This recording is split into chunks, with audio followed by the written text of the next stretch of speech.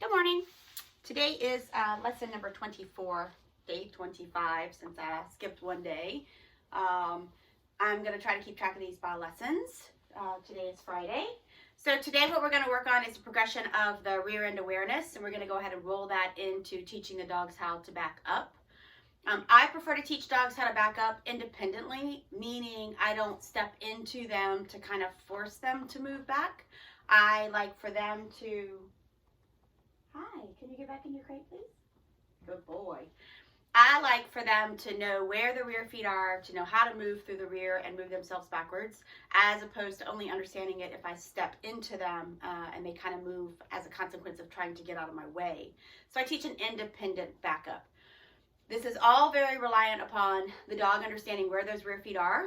And that first exercise we did several days ago, maybe a week or so ago, where we started working on targeting those rear feet onto a mat or a towel or whatever you might have around the house to do that with. So today, someone's naughty this morning. Can you get back in your crate, please? Good boy.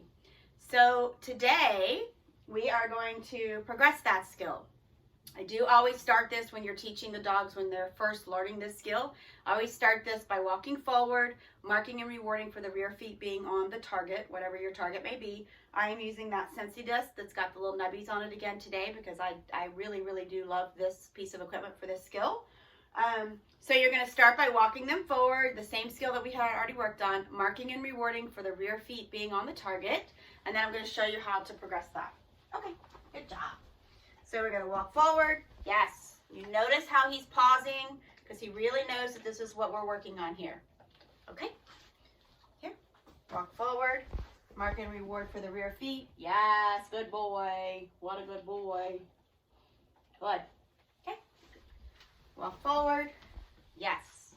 Now, at this stage, I got to move my setup here a little bit. Get it. At this stage where the dog is stopping and pausing when their rear feet hit it, they're telling you they know that that's the thing that they're being rewarded for, and that's where their area of focus is right now, which is what we really, really need in order for this to kind of work. So what you can do now, there's several different ways to do this. I've done it probably 3 or 4 different ways. This way is fun. The dogs like it, and if you get the rhythm correct, they seem to pick it up pretty quickly.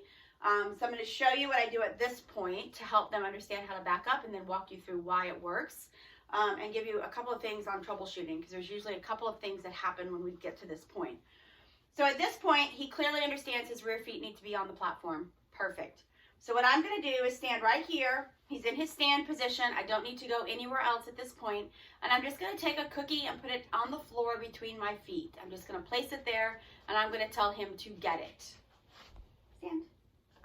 Good. So I'm going to tell him to get it. Get it.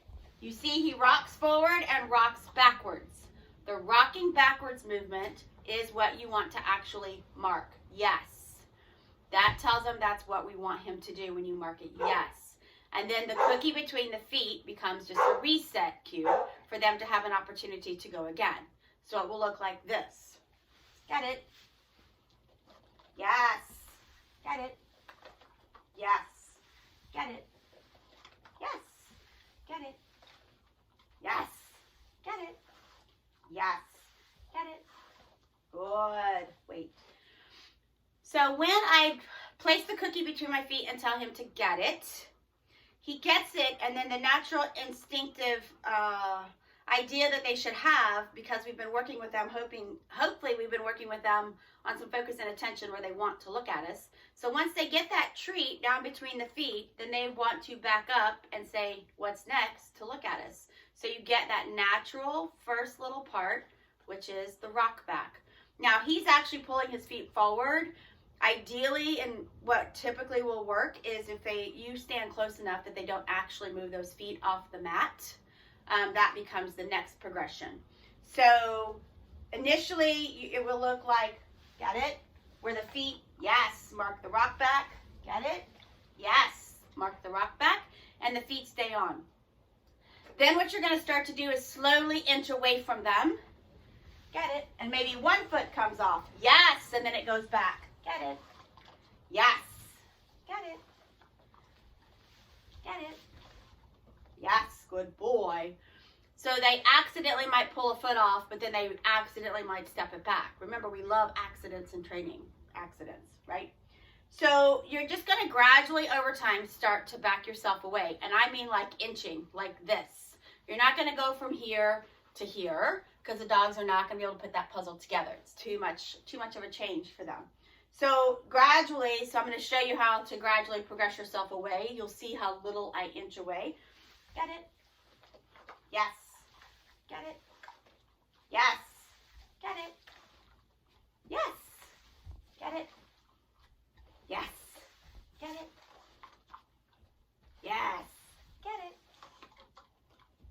Yes. Get it?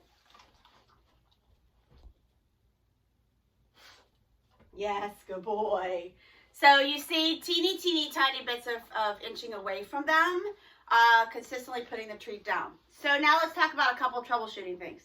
Some of us have worked down with the dog like this. And so sometimes when we go to put the cookie between our feet, they interpret it as a down. So you really have to be very deliberate about get it and then back up so that they don't think it's that bow or fold back down cue that you might have worked with them previously. The other thing that sometimes happens is we tell them get it and they back up and they sit down.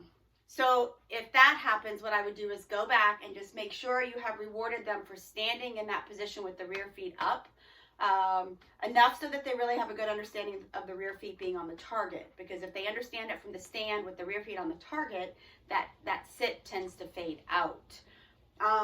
What else happens when we do this? A lot of times what the humans want to do, and this usually leads into the dogs wanting to sit. A lot of times what the humans want to do is mark it and reward here. And then when the dog gets up, up. Okay, get it. And then when the dog comes up and does the thing, the humans reward here. But they reward like this. Remember, head up means butt down. And so we instinctively think we're supposed to reward while they're in position, but this skill actually works with the reward being a reset and the mark being the cue for the behavior. And so a lot of times if you are rewarding when they're in position with their feet on the mat, we tend to reward up with the nose up, and then they get that sit as well. So you notice every time I rewarded Ori, I kept his head nice and parallel because that gives him a better opportunity to stay in the stand as well versus thinking he needs to put his rear down because physics says if the nose goes up, the butt must go down, right? So that is your progression of backup. If you start to inch away and the dog comes off and sits or starts to question it, we probably got a little too far too fast, probably need to go backwards a hair. The other thing that can happen is this is a lot of brain power and it's a little bit of a different scenario for the dogs. So it might be that you have to work this in nice little short incremental sessions. The other thing about this skill that's very, very important is do not work this skill every single day. The dogs need time, downtime to learn, to process, and to put the things together that you've shown them. So every couple of days or so, you might pull this skill back out.